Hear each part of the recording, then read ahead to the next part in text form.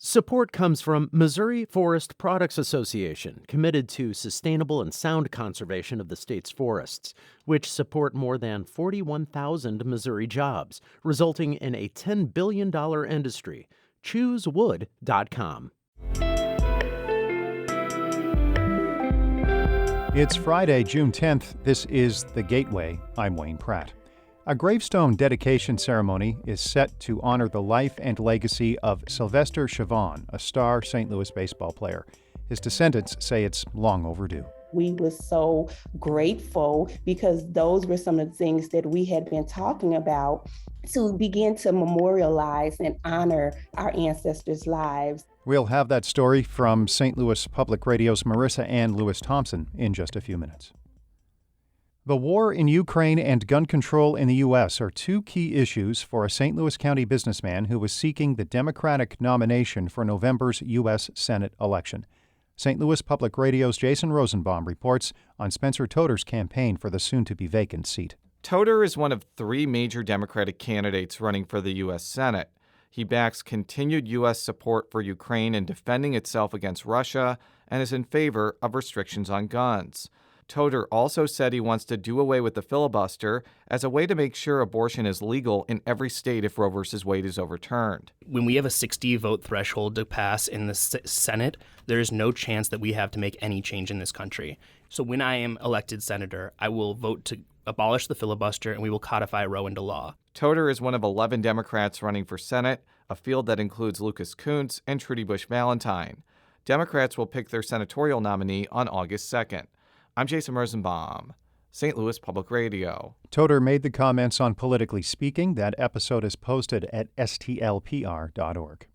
St. Louis City and County are pushing ahead with planning for a potential north-south Metrolink route. They have an agreement with Bi-State Development on an expanded corridor study. That includes a proposed alignment along Jefferson Avenue from Chippewa up to the new National Geospatial Agency West headquarters. The proposal builds on a 2018 study. A final proposal could be presented this fall.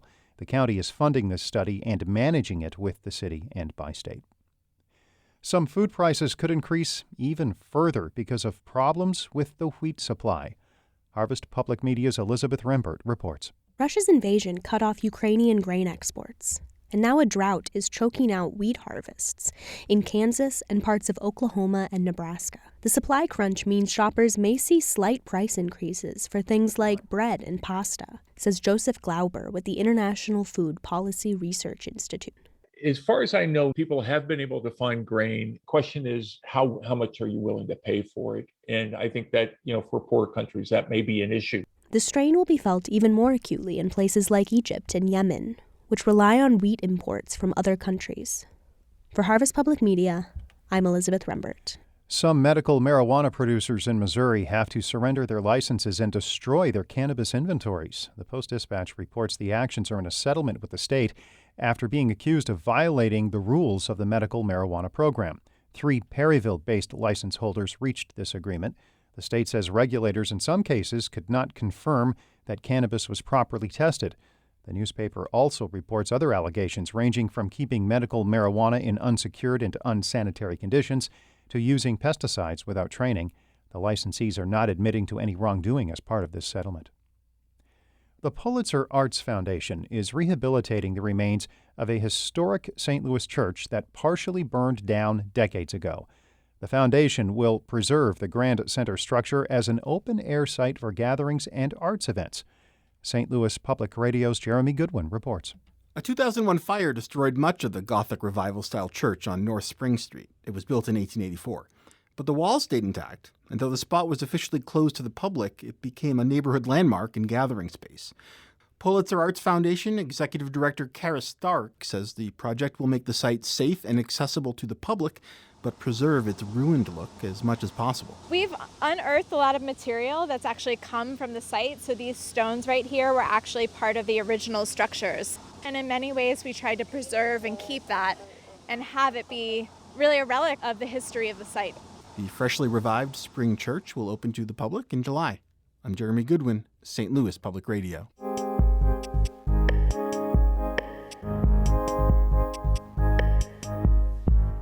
A star black baseball player from the 1880s in St. Louis is finally getting a headstone. Sylvester Chauvin's Descendants and a baseball nonprofit are coming together Monday for a dedication ceremony. Robin Prouty is the founder of Descendants of the St. Louis University Enslaved, or DeSLU, and a direct descendant of Chauvin. Prouty spoke with St. Louis Public Radio's Marissa Ann Lewis-Thompson about why Chauvin is being recognized all these years later and why he's an important part of St. Louis history. Sylvester Chauvin was born in 1860 to Henrietta Mills and Charles F. Chauvin. Well, Henrietta was enslaved at St. Louis University, and Charles F. Chauvin, his father, was enslaved to a local St. Louis woman named Amanda Curtis. But Sylvester, he was a star player on one of the country's first baseball clubs called the St. Louis Black Stockings. He played in 1883 to 1886, and he became the team captain in 1885. And now Sylvester's getting a headstone donated by the Negro League's Baseball Grave Marker Project during a dedication ceremony at Calvary Cemetery on Monday. How did that happen, and why is he being recognized all these years later? The nonprofit founder, Jeremy Kroc, had reached out because they're a baseball nonprofit. What they do is look for Black baseball players to honor them with a headstone. So they contacted us, and we were so grateful because those were some of the things that we had been talking about to begin to memorialize and honor our ancestors' lives. Now, Monday's ceremony is not just about a headstone dedication. Your organization, Descendants of St. Louis University Enslaved, or DeSLU, are launching its website. How did DeSLU come about? Once we got contacted by the Society of Jesus, we were like, oh my God. And we found out that there are other 3 known family groups that they had located in St. Louis, and come to find out we are all related as well.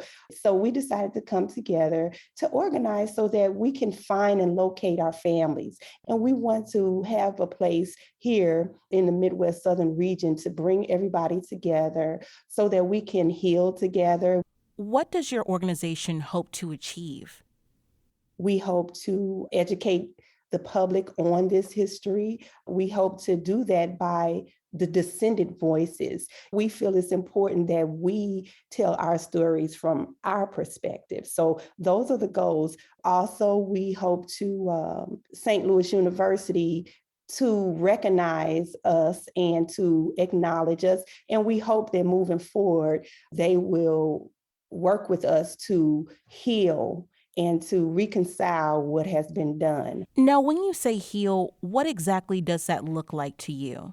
The degradation, of our family, the tearing apart our families, that psychological toll that it took on us. We see the remnants of that today. So when I say heal, we need to collaborate with those who caused this problem with our family lineage and begin to help us holistically heal. Yes, acknowledgement. We are thankful that they have acknowledged that this has been done. But we also want to move past the symbolic gestures and go into the reconciliation part that they have spoke about and we agree with. Does that also mean a financial component to it? We talk about this often, and everybody has different opinions on what that look like. But we definitely agree that a financial compensation is important so that we can pay for programs, so we can pay for our health care, so we can pay for the mental health care and education and economic empowerment initiatives that the DeSLU is going to bring about.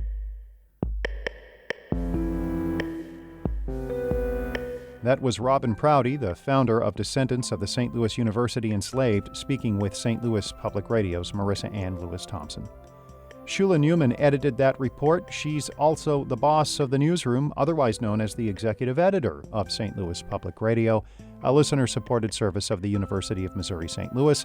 Music by Ryan McNeely of Adult Fur. I'm Wayne Pratt. Have a great weekend. This has been The Gateway.